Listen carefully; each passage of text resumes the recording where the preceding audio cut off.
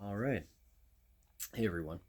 Todd here to update you finally on where things are with my situation with Hyperacusis.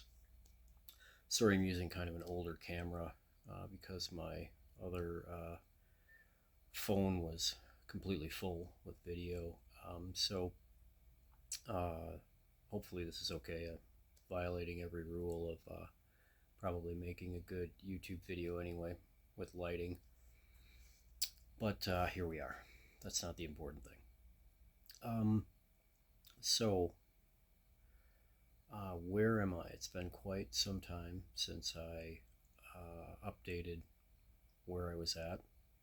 For those of you who might be just catching this, I have several other videos out there on hyperacusis and my journey through a hearing injury. And please watch those. I'm just going to give a very brief rundown of what got me here. I've been a musician my whole life. I am a nurse. Also, I wear several hats. I've also worked as a mechanic during almost 2 years ago now, 2 summers ago now, July 7th to be exact. I had a hearing injury at work during a very hot day while I was wearing hearing protection. Got done, couldn't hear correctly, and that started the whole process of hyperacusis. One thing I did remember, which is so strange to me that I had not remembered until recently, was that on 4th of July of that same year, I was at a friend's house and we were watching fireworks, and the fireworks were being shot off towards the direction that we were at, and there were a lot of sort of concussion fireworks. So I wonder if, and I did not have hearing protection, didn't know we were going to end up in that situation.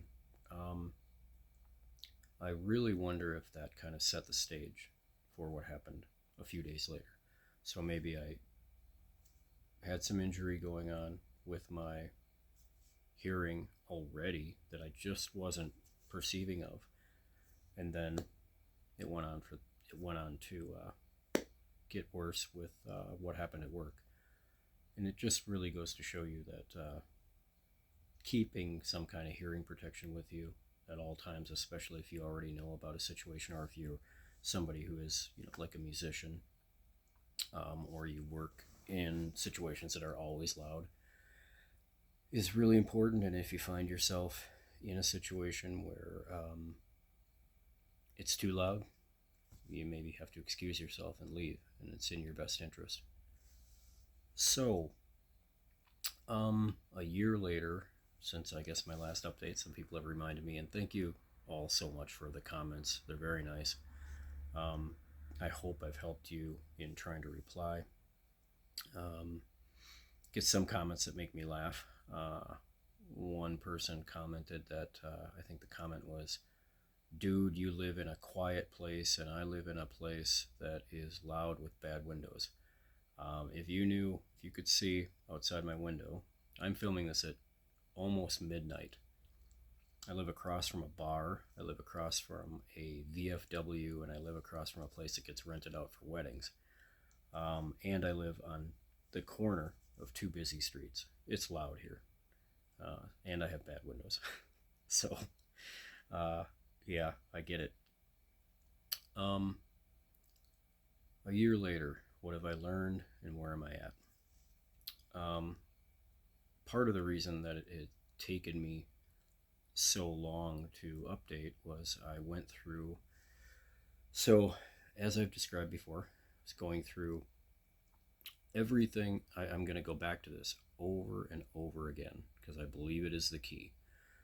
It's always inflammation. Train in the background. Inflammation, inflammation, inflammation. When in doubt, go back to inflammation and what you know about your own body with inflammation and what we know in general. So, I don't know if I did. I don't think I discussed this in other videos, but I might have. But I was diagnosed later on with muscle tension dysphonia. So basically, all the pain I was having in my ears that kind of felt like it was deep down in my ear canal, but around it. This is all very esoteric. It's not like you can pinpoint um, exactly the area, but it was definitely when it was acute. Really sorry for the train that keeps going off. When it was really acute, it was in my. You could feel it absolutely. My ear canals were hot, and then down here along the muscles in my sort of jaw and deeper in, and then later on. So then, as I think I explained in another video, I was playing with a band. We were doing really well, so it was really hard to want to quit that. Thought I could manage the hearing issue on our very last gig. I should have never played it. I wasn't feeling good about all of this, and we were trying to keep it quiet. I was playing with brushes, but it was still too loud. And I sang. I sang about a third of the songs. By the time I was done with that, my throat was just wrecked, which was weird for me. I've sung for years, never really had that problem. That led to pain in my throat, so the pain up here in my ears lessened a little bit.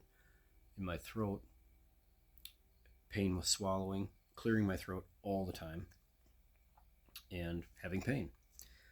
So that led to more doctors, a diagnosis of muscle tension dysphonia, which is basically your voice sounds weird because of muscle tension, and again, inflammation. So what I believe happened is, this all just was moving back and forth. And up here it causes hyperacusis, down here it causes muscle tension dysphonia. Again, I think it's so important to try. It's really difficult, but to try and keep an open mind as to something that feels bad in the moment might teach you and have a good result later on. In this case, having to learn about muscle tension dysphonia, exercises to relax my neck, head, shoulders, arms to deal with all of the inflammation really helped me to zero in on.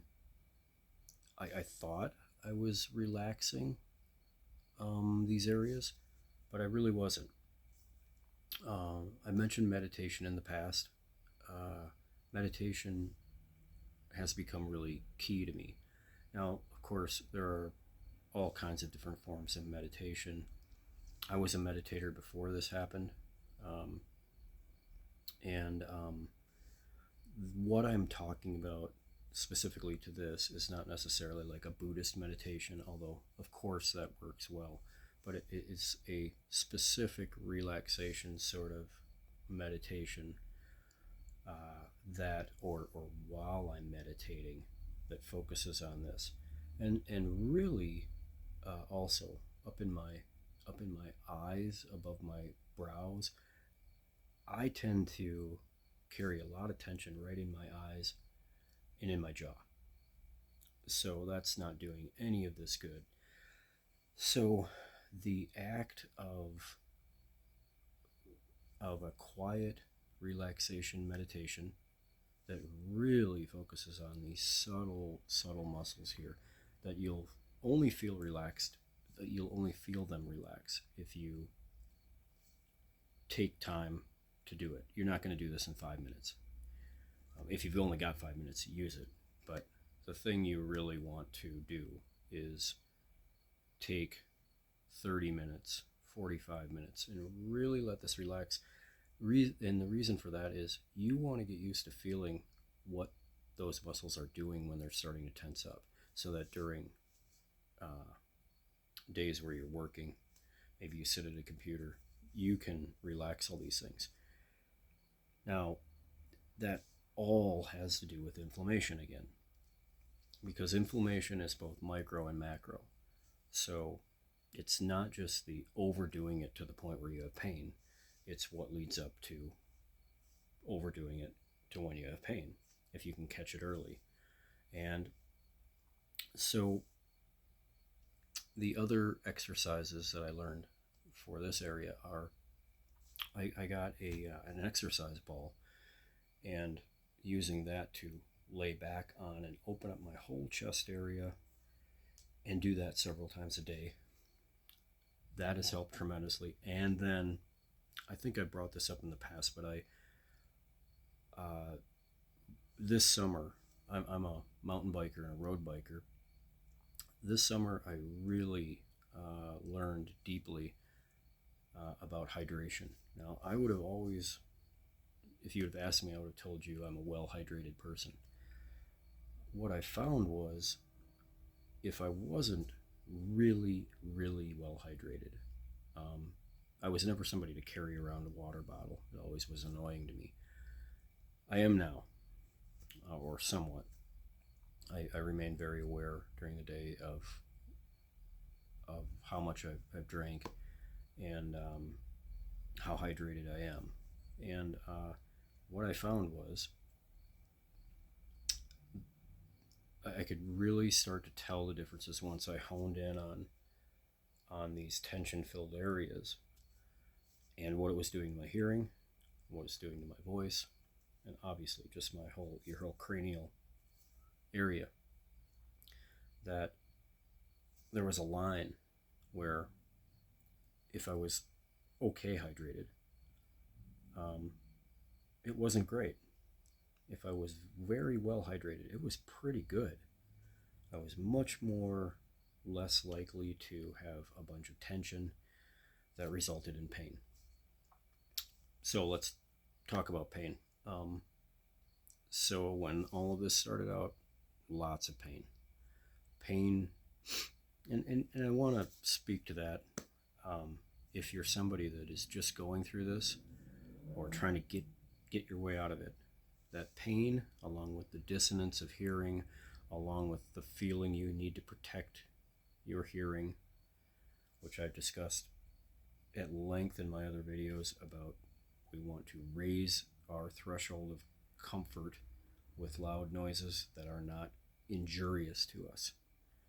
That's the goal here. Keep raising that up so you get more comfortable. So that tension that you're feeling, you want to clamp down. Everything wants to clamp down when it feels like it's protecting. I think our body is trying to protect us, causing inflammation. We have to get used to that, relax, and raise our threshold up so we're not overprotecting our hearing. We don't want to overprotect our hearing. We want to protect our hearing in loud situations that are dangerous. We don't want to overprotect our hearing in normal situations. So hydration, big deal. I am not having really any pain anymore in my ear area, in my hearing area, or this right in here.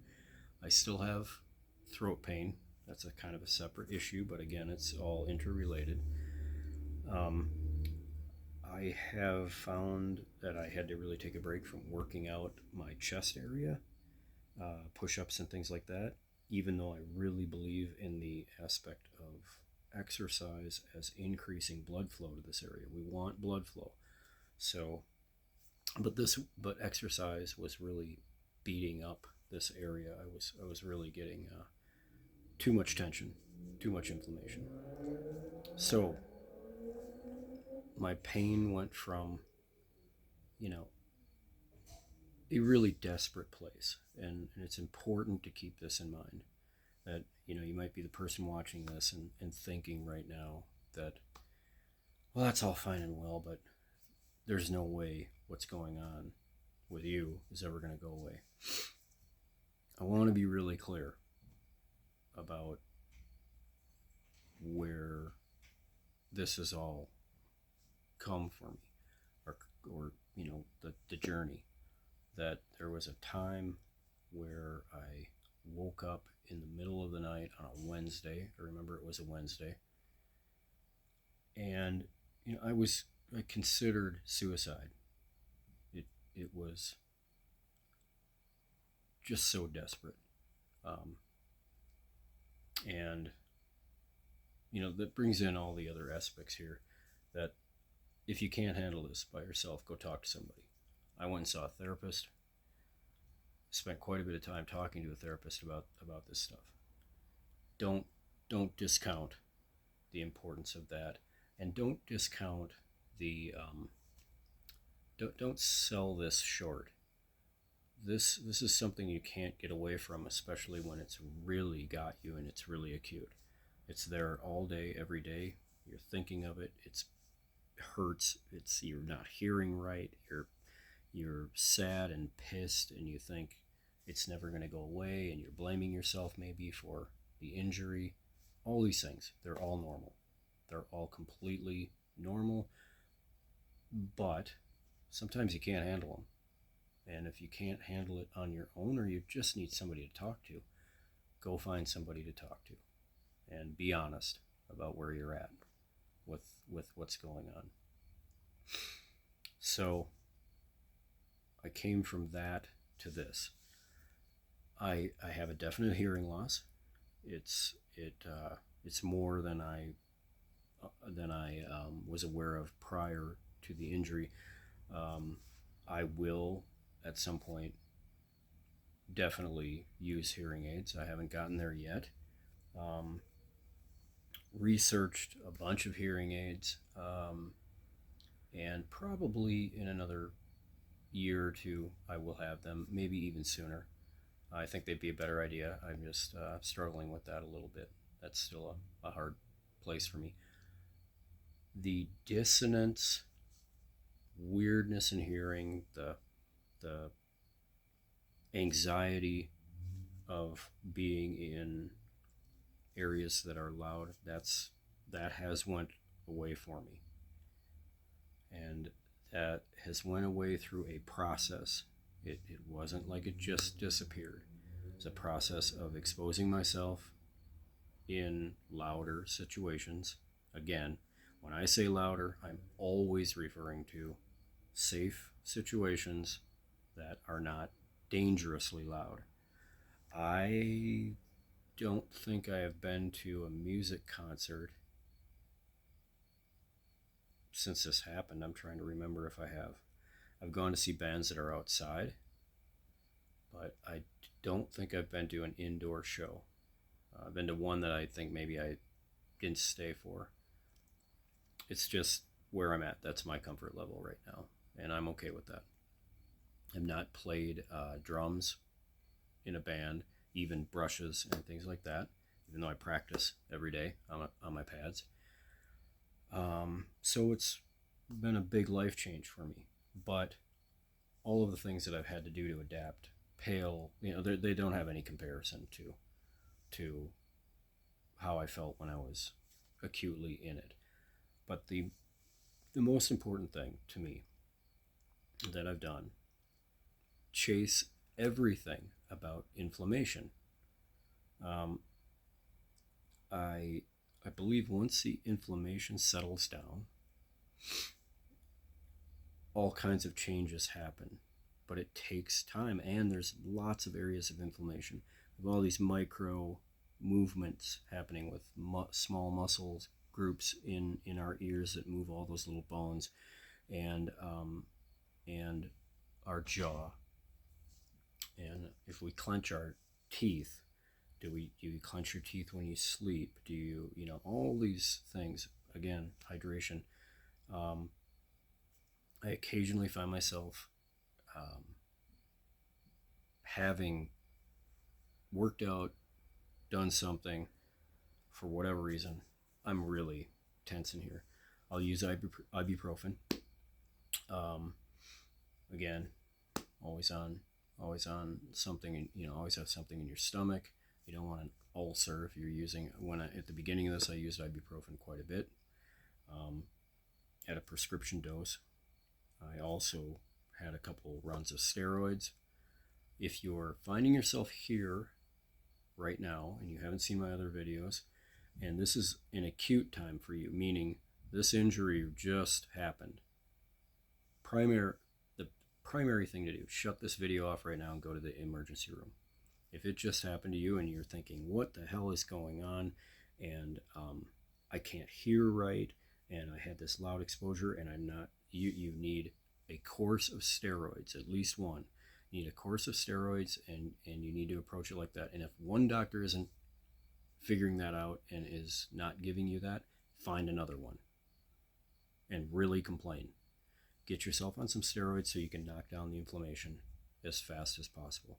Now, I did steroids several weeks out, so even to that point, I think it's still very legitimate to get some steroids to knock down the inflammation. If you are having chronic pain, really bad pain, and it feels like like something has gotten injured, like your leg would feel when it's injured, and it doesn't come and go, it just stays. Again, I think it's valid to go to an ENT or to go to an emergency room and say, this is what happened, it's not going away, and you need to be treated with something that really knocks down inflammation, which in this case is usually steroids. Second, incredibly important, find yourself either an ENT or an audiologist. In my case, the ENT I went to was pretty worthless. The audiologist I went to here in Colorado was absolutely fantastic. She put me through every test, verified what I was hearing, that I had lost some hearing in my left side. She was very sympathetic and understanding to the whole idea of hyperacusis. A lot of people just don't have any information about it or experience with it. Don't waste your time, but at the same time, don't get so frustrated that you don't find that person. Find the person. Call, make the calls, say the words hyperacusis. If they don't know what you're talking about, move on. You'll find the person. So, I'm doing well. It's taken a long time, and it has been a hard road, but I'm in a really good spot, and you can be too. I'm not saying that to just make you feel better. I really believe that if you follow the steps and really lock into what is going on with you, and in very small ways, right at the beginning, just like any injury we have, really hard to feel where you're making headway. If you have an acute injury, if we smash our hand,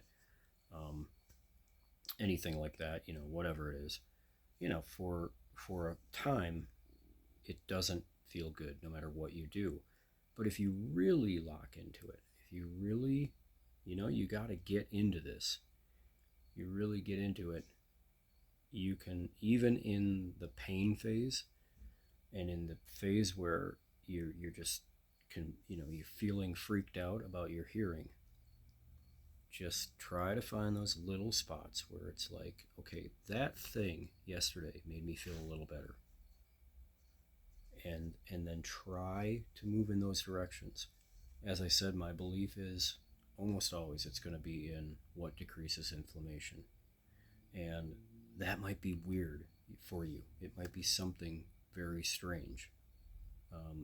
It might be the food you eat, it might be how you sleep, the amount of sleep. You might have to change a lot of things for a while in your lifestyle. Trying to just cover all the bases here. The other thing, as I said, I believed in is blood flow. We want good blood flow to this area. Number one, and I'm a huge believer in when something's going really bad, when everything seems like it's working against you. I'm a really believer in using that to try and give yourself something positive that comes out of it. The positive that can come out of this is blood flow is about getting your heart pumping. So, and in this case, it's a double gain if we can get ourselves exposed to some normal sounds that we might be having anxiety about while we're out and about exercising. So, walking, go out on a brisk walk, go out, tolerate the traffic, don't cover up your hearing. It's a good way to deal with your anxiety around this too, because we're not sitting in a restaurant trying to talk to a friend, which is what I did at one point. Went to a loud bar that completely freaked me out. I was so close to a complete anxiety attack that I almost lost it. That was something I had to go through, but there's other ways that maybe to do that better. Go out and get yourself walking, getting blood flow, and exposing yourself to outside sounds. That's a really good thing to get into, because you're doing two things at once, three things at once. You're helping your psyche, you're helping your hearing to adjust again, because part of this is inflammation / neurological, and then three, you're getting some movement, and maybe you needed that anyway. So find the good here. And so from start to, I wouldn't call it finished, but to where I am now, 2 years, I guess. 2 years and July, August, September, 2 years, 2 months. But I would say from when it started getting a lot better, I would say about a year, quite a bit better, 14 months. So it takes some time, and don't get discouraged. And again, meditation, hydration, blood flow, chase everything about inflammation.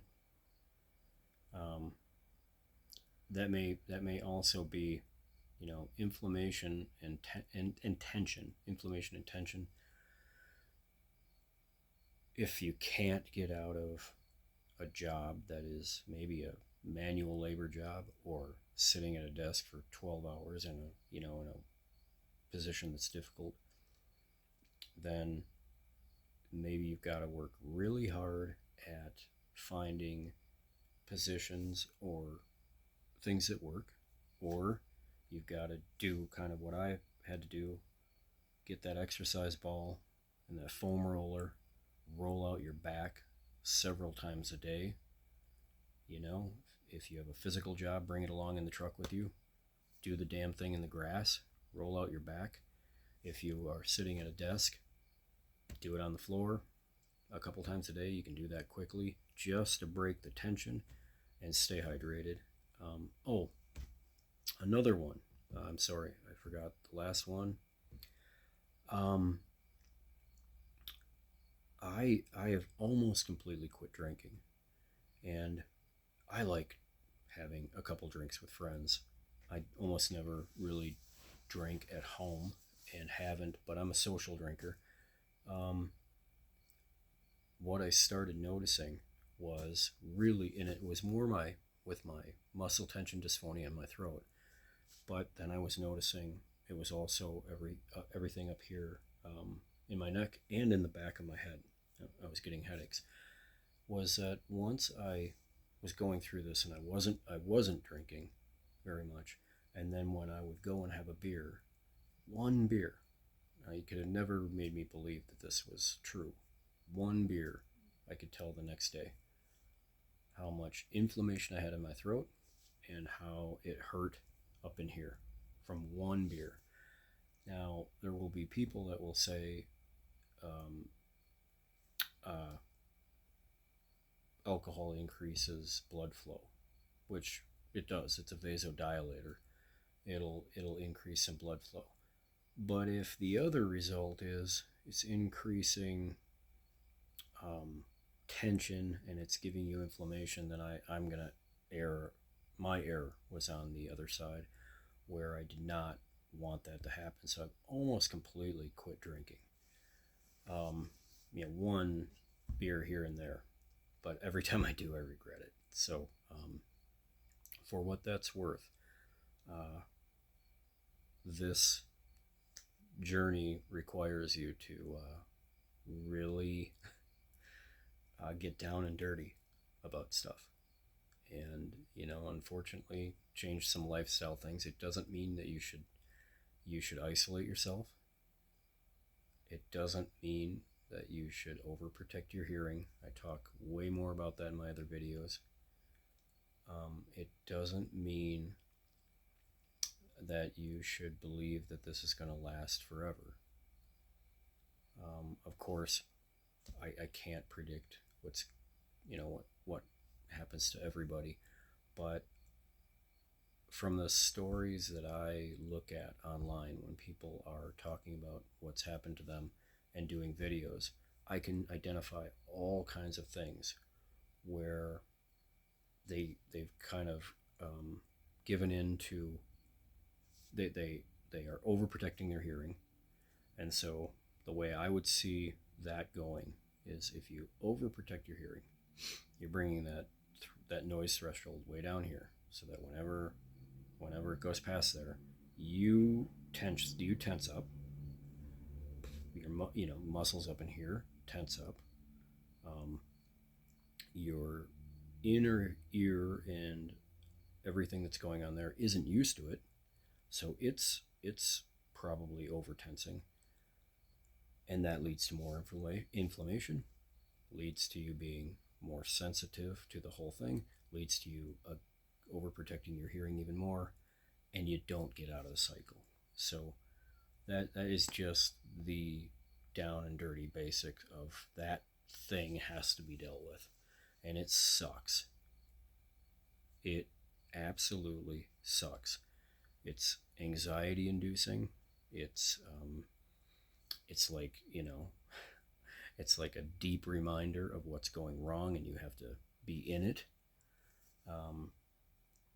But I think without doing that, I don't think you get out of this. So I maybe you do over time, but it seems like there's enough stories online where people have done that I also wonder if it takes on sort of a secondary psychological effect, where maybe this, over enough time in any circumstance, starts getting better. But if you've convinced yourself that if you don't protect your hearing, overprotect your hearing, and you don't isolate yourself, or if you must isolate yourself, and you've convinced yourself of all that, that psychologically now you've trained your mind to just go into absolute anxiety mode whenever you don't do that, that's just as bad, right? So it's kind of 6 of one and half dozen of the other. So my advice from what I've been through is you've got to get out of that cycle. And that took quite some time. That was not an overnight thing. But here I am. So I'm trying to think if there's anything more that I can talk about here. Maybe a good thing is, as just a secondary helper, instead of just always focusing on or looking at things online. If you're in the middle of this on hyperacusis, look up muscle tension dysphonia exercises. Now, a lot of those exercises will just be humming, singing, breath exercises for the throat, but there's videos out there that talk about physical exercises with the back, shoulders, arms. Look up that stuff, because I think it's very valuable information on things you can do that relax this area. Treat it. Try to get out of the mode of just thinking about right here. Treat it as a bigger picture, so that you're treating your whole upper body, and in fact your lower body too. everything that's related to relaxing, stretching, and opening this up, along with meditation, the relaxation meditation where you're really breathing and letting go. Um, as I'm talking, my jaw is hurting.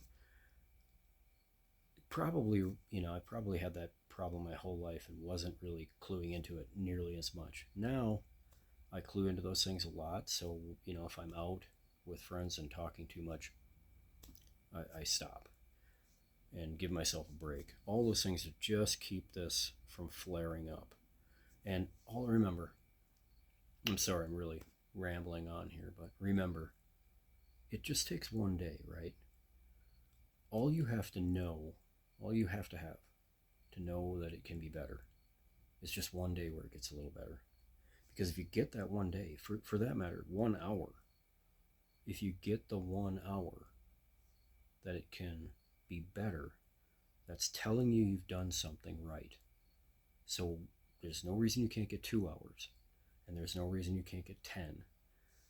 Follow that thing. Now it might go like this, right? Better, worse, better, worse.